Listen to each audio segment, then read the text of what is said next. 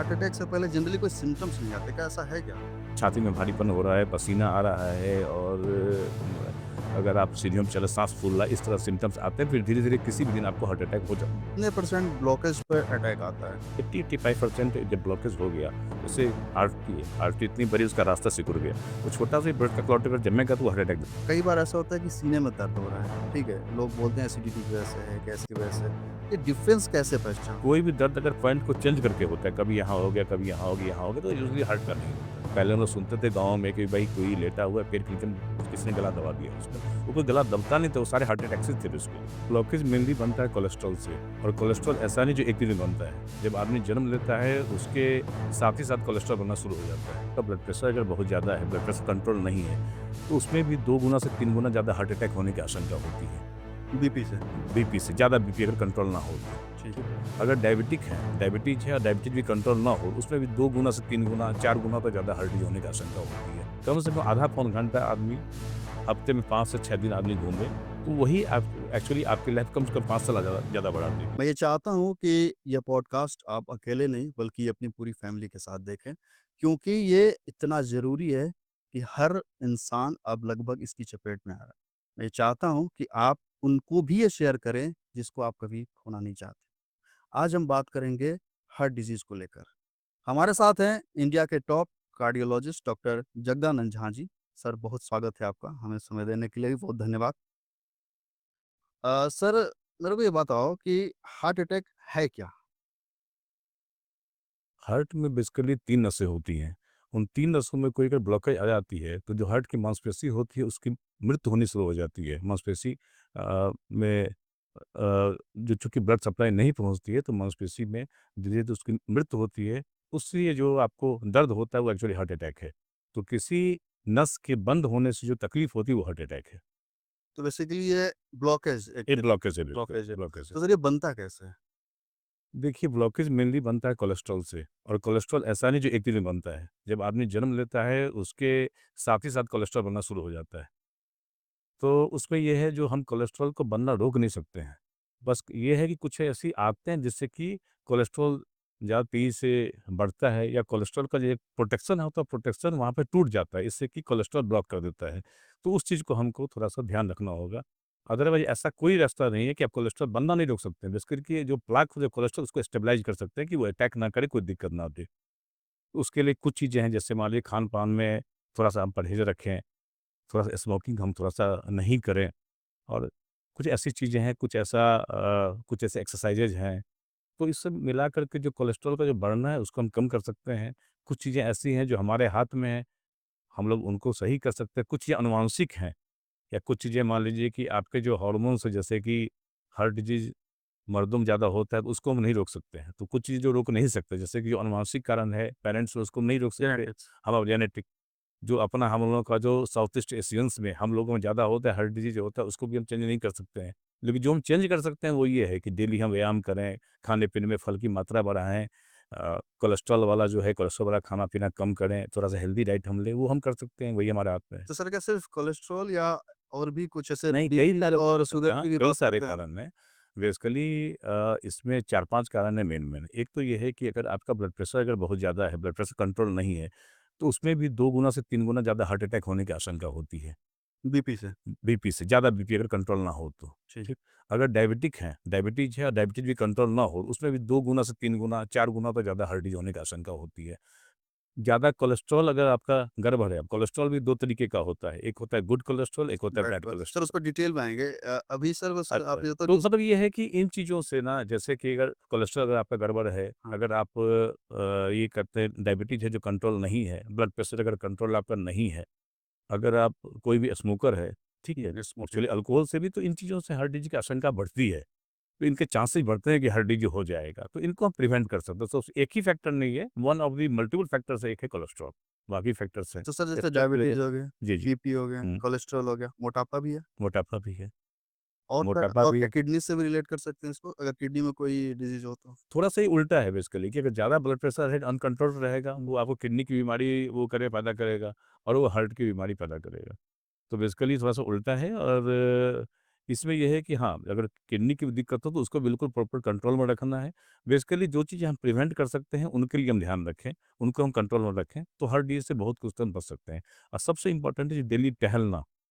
टहलना जो है वो बेस्ट फॉर्म ऑफ एक्सरसाइज है। जितने भी व्यायाम है उसमें सबसे बढ़िया है टहलना। कम से कम आधा पौन घंटा आदमी हफ्ते में 5 से 6 दिन आदमी घूमे, तो वही आप एक्चुअली आपकी लाइफ कम से कम 5 साल ज़्यादा ज़्यादा बढ़ा देगी। तो वो काम करना सबसे इम्पोर्टेंट है। सर मैं पढ़ रहा था उसमें मेरे को ये मिला कि हार्ट अटैक से पहले जनरली कोई सिम्पटम्स नहीं आते, क्या ऐसा है क्या? देखिए इसमें नहीं भी आ सकते हैं और आ भी सकते हैं, बेसिकली ऐसा है। अगर जैसे ऐसा होता है कि अगर मान लीजिए कि थोड़ा-सा अगर ओल्ड एज हो गया आफ्टर 55-60 इयर्स तो उसमें जनरली धीरे पहले सिम्पटम्स आते हैं।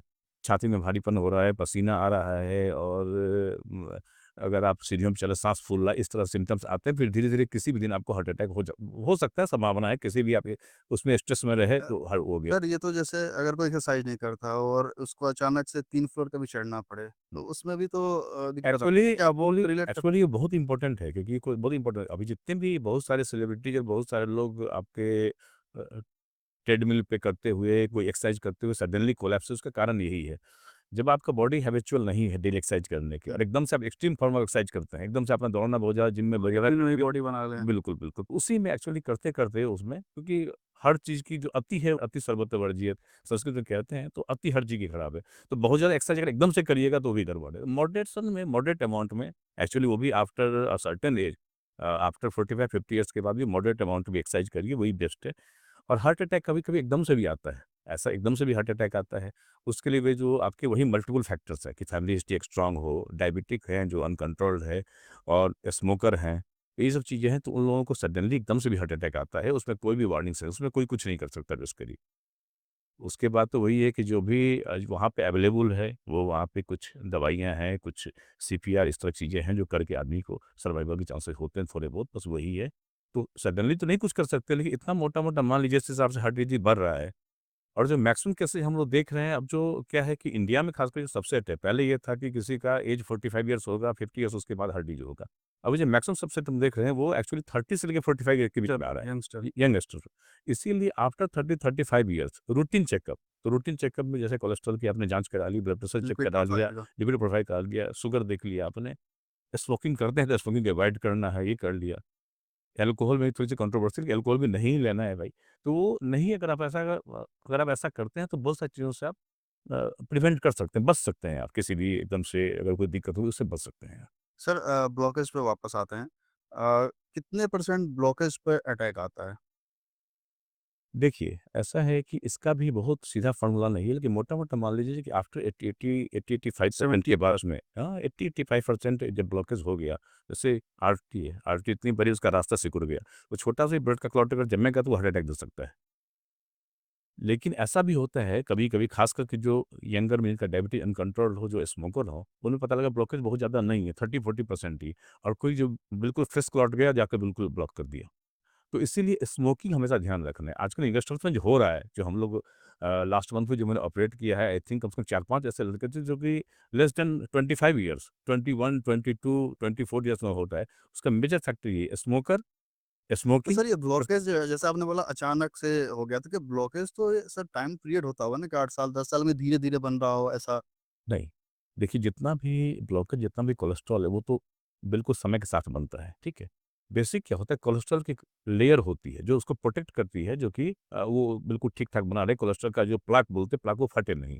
तो जैसे अगर आप स्मोक करते हैं, आप डायबिटिक हैं, तो उसमें प्लाक के रप्चर होने की, प्लाक के फटने की आशंका ज़्यादा होती है। जैसे ही प्लाक वहाँ पे वो होता है, फटता है, तो जो आपके ब्लड प्रोडक्ट्स एक्सपोज़ हो जाते हैं, तो प्लेटलेट होता है, बिल्कुल वहाँ थ्रोम्बस बनाता है।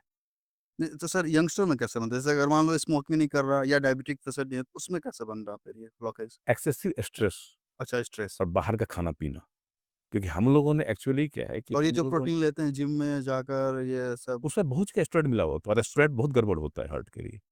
तो ये जो होता है कि यंगस्टर्स में आपका एकदम से हो गया उसके मेजर फैक्टर ये है कि आजकल लोग बहुत ज़्यादा स्ट्रेस ले रहे हैं हुँ, और बाहर में जो खाना है वो आपका ट्रांस फैटी एसिड बोलते हैं उसको, जैसे कि पिज़्ज़ा हो गया, बर्गर हो गया, चिप्स हो गया, इन सब वही है। ख़ास करके डीप फ्राई वाले जो खाने होते हैं, जो कि रोड के किनारे लोग या कहीं भी रेस्टोरेंट में एक फास्ट ही फूड। तेल में उसको बार-बार वो कर रहे हैं, तल रहे हैं, वो बहुत खराब होता है। हुँ, तो वही एक रीज़न है और प्लस एक्सेसिव स्ट्रेस। अभी तो मैं ये देख रहा हूँ कि जितने भी लोग हैं जो जितना मैक्सिमम स्ट्रेस ले रहे हैं, मैक्सिमम हार्ट अटैक उन्हीं लोगों को हो रहा है, किसी न किसी रीज़न से स्ट्रेस।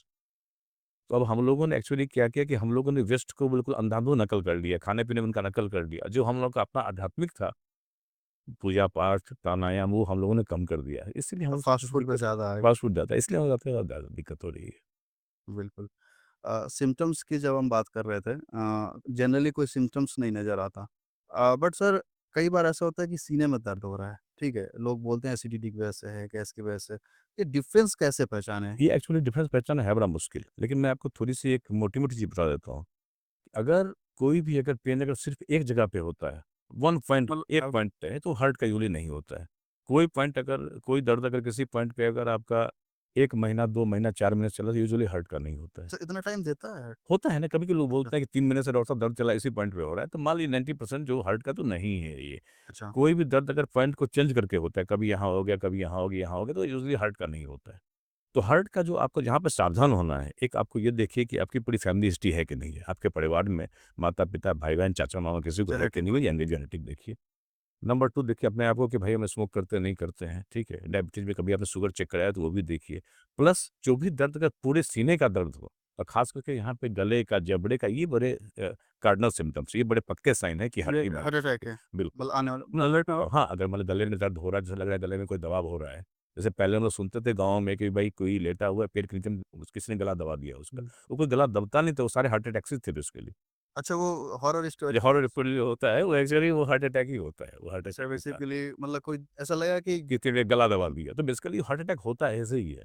हार्ट अटैक का जो टिपिकल सिम्पटम है, वो तो मूवी में दिखाते हैं सीना दबाते हैं, बेसिकली यही होता है गले पे ही दबाव लगता है। गले पे और सीने पे, जबड़े पे दबाव लगता है हार्ट का, मैक्सिमम केसेज़ में। तो सर ऐसे मतलब क्या ऐसा लगता है कोई जकड़ रहा हो कोई जकड़ रहा है, इतना कोई ज़्यादा? दबा रहा है, बहुत ज़्यादा। 3 ही पेन बिल्कुल अनअवॉइडेबल माने गए हैं। एक पेन हो गया हार्ट का, एक पेन हो गया कैंसर का और डेंटल पेन भी होता है, बहुत तेज़ होता है। इन्हीं तीनों दर्द को माना के बहुत ज़्यादा होता है। अच्छा। तो हार्ट का इसमें से वर्स्ट है।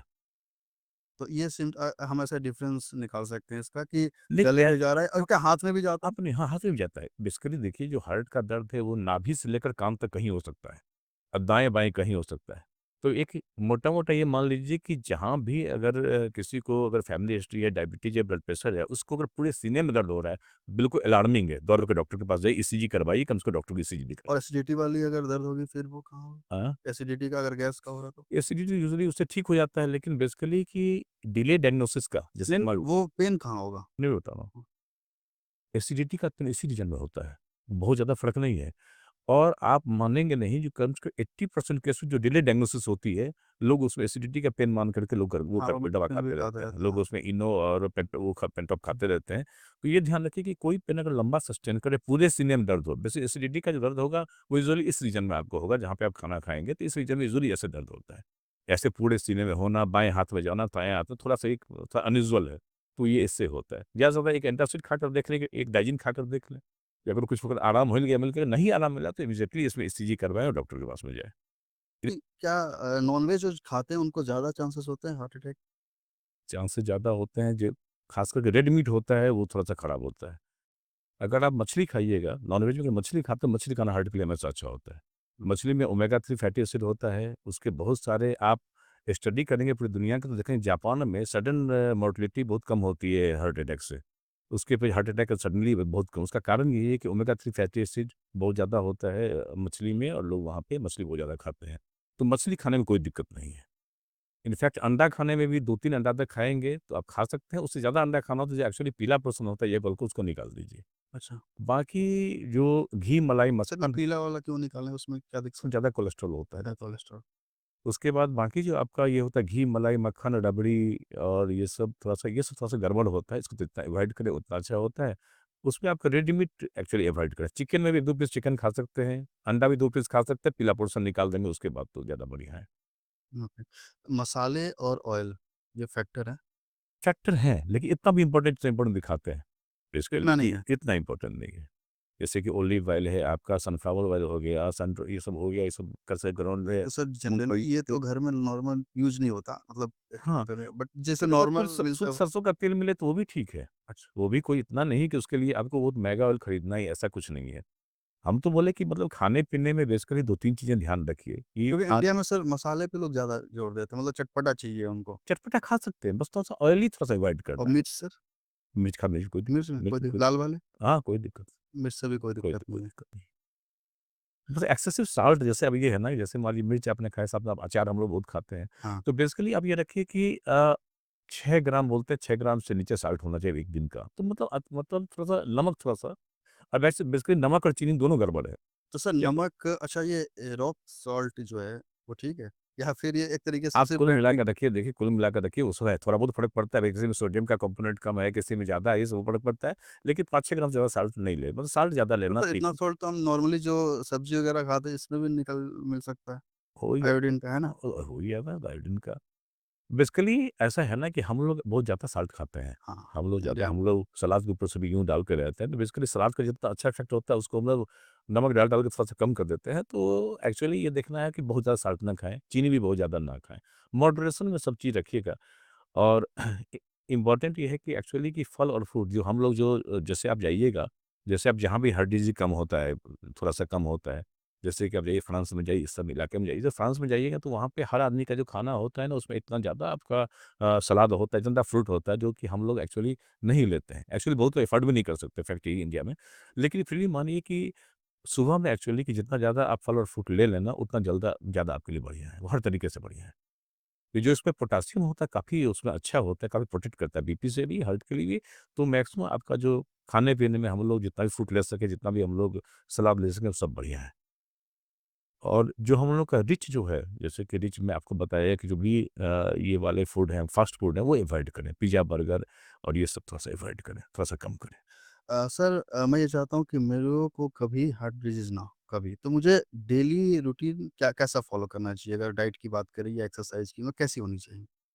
देखिए, ऐसे तो बड़ा स्ट्रिक्टली फ़ॉलो करना बड़ा मुश्किल है हर आदमी के लिए, हर आदमी आजकल व्यस्त है और हर आदमी स्ट्रिक्टली। इतना मान लीजिए जो आपको कम से कम 1 घंटा तक कम से कम टहलें आप, किसी भी टाइम में। ऐसा नहीं कि सुबह उठ के 6 बजे ही और रात को 11 बजे समय लें तो भी टहलें। तो डेली टहलना ज़रूरी है। फ्रूट और सलाद जितना ज़्यादा आप खाएँ आपके लिए उतना बेहतर है। अच्छा, ठीक। मतलब खाने में कोशिश ये करें जो कम से कम जो 50-60% जो आपका खाना है वो फ्रूट और सलाद से हो। एक्चुअली मॉर्निंग का जो डाइट है वो मैक्सिमम ले लें आप वो। और रात की डाइट कोशिश करें जो शाम को 7 बजे के पहले ले लें, बेटर है वो हमेशा।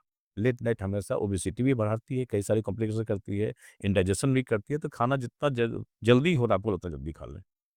तो 7-8 बजे से पहले 7 साढ़े 7 से पहले रखिए, जिसे क्लोज़ कर दीजिए। सर जैसे कि हम जनरली देखते हैं कि हमारे हाथ में या पैर के तलवों में पसीना आता है, तो क्या एक सिम्पटम्स इसको कह सकते हैं या फिर ये गर्मी की वजह से होता है और कोई रीज़न हो सकता है? नहीं, बहुत सारे रीज़न होते हैं, बेसिकली ये मेनली थायराइड से होता है कि थायराइड में अगर मान लीजिए कि हाइपोथायरायडिज़म में थोड़ा-सा थायराइड चेक करवा लीजिए। बाकी जो आपका हार्ट फेल्योर में जो उसमें पसीना अगर आता है, उसका साथ में बाकी सिम्पटम्स भी होते हैं। जैसे साँस फूलेगा, हाथ-पैर में सूजन आएगी और कुछ छाती में भारीपन भी लग सकता है, भूख लगने में कमी हो सकती है। ये सब सिम्पटम्स बाकी सिम्पटम्स ज़्यादा आते हैं, हल्के-फुल्के पसीने से नहीं। बिल्कुल। अच्छा सर अगर किसी को हार्ट डिज़ीज़ है तो क्या वो एक्सरसाइज़ कर सकता है, मॉर्निंग बिल्कुल, वॉक कर बिल्कुल, सकता है? मॉडरेट अमाउंट ऑफ एक्सरसाइज़ चाहे जो भी एक्सरसाइज़ करना चाहे, ठीक है? तो वो हमेशा अच्छा होता है और सबसे मॉडरेट मतलब क्या मॉर्निंग वॉक कर लिया मॉर्निंग वॉक कर लिया, और ब्रिस्क मॉर्निंग वॉक सबसे बढ़िया एक्सरसाइज़ जिम वगैरह सब? कर सकते हो। हार्ट फेल्योर है तो बहुत तो हैवी वो नहीं करेगा। जैसे कि अब इसमें भी 2 तरह की एक्सरसाइज़ जैसे कुछ एक होता है आइसोटोनिक एक्सरसाइज़, कुछ होता है आइसोमेट्रिक। आइसोमेट्रिक में जैसे हमारी वेट लिफ्टिंग ऐसे कोई कोई पुश करना वो सब नहीं। आइसोटोनिक जितना दौड़ने वाला जब जॉगिंग वाला जितना आराम से कर लो उतना बढ़िया है। वॉक कर लो या जॉगिंग हाँ, कर लो। तो सर कितना सबसे मतलब बढ़िया जो कम बेस्ट से कम कितना 4-5 kilo 45 minutes 45 minutes? 45 minutes a day for at least 5 days a week. हफ्ते में 5 दिन 45 मिनट्स ब्रिस्क वॉक। इतना वॉक कि आपको हल्का-सा पसीना आ जाए। ये बेस्ट फॉर्म है एक्सरसाइज़ का। ये ध्यान रख लीजिए और किसी भी टाइम में करिए, जिस टाइम में आपको ठीक लगे। हम अगले एपिसोड में महिलाओं को हार्ट अटैक कैसे आ रहा है ज़्यादा और उसमें क्या चांसेस है उसको लेकर डिस्कस करेंगे। तो बहुत धन्यवाद आपका सर हमें टाइम देने के लिए और इस पे हमें इन्फॉर्मेशन देने के लिए। क्लिप वाइज़ करके हम इसको अपलोड करेंगे 6 बार या 5 बार में और अगर सर से आपको कंसल्टेंसी लेनी है, सर से कुछ पूछना है, तो सर का डिटेल इन्फॉर्मेशन डिस्क्रिप्शन में हम लिख देंगे, आप उनसे पूछ सकते हैं। Thank you sir. धन्यवाद।